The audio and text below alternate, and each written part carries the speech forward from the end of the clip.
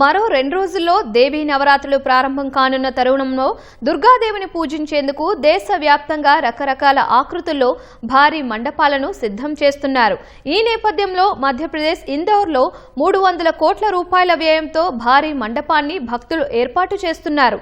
ఇందోర్లోని VIP పరస్పర్ Nagar complex లో 30 ఎకరాల స్థలంలో ఈ భారీ మండపాన్ని నిర్మిస్తున్నారు. ఇందులో దుర్గామాత విగ్రహంతో పాటు 12 జ్యోతిర్లింగాల ప్రతిరూపాలను ఏర్పాటు చేయనున్నారు. పూణేలోని ప్రసిద్ధ దగ్ధు సేతు, ముంబై ప్రముఖ లాల్ బాగ్చా రాజా, ఇందోర్ ప్రసిద్ధ ఖజ్రానా దేవాలయాల ప్రతిరూపాలను ఇక్కడ ఏర్పాటు చేయనున్నారు. 25,000 చదరపు అడుగుల యజ్ఞశాలను నిర్మిస్తున్నారు. పూజ కోసం 45,000 చదరపు అడుగుల దేవి మండపం, 50,000 చదరపు అడుగుల డైనింగ్ హాల్, 20,000 అడుగుల వంటగదిని నిర్మిస్తున్నారు. దక్షిణ భారత దేవాలయాల నిర్మాణ శైలిని అనుసరించి ఈ మండపాన్ని నిర్మిస్తున్నారు. ఇందుకోసం ఆంధ్రప్రదేశ్తో పాటు ఇతర రాష్ట్రాలకు చెందిన దాదాపు 500 మంది కళాకారులు 3 నెలల నుంచి పనిచేస్తున్నారు.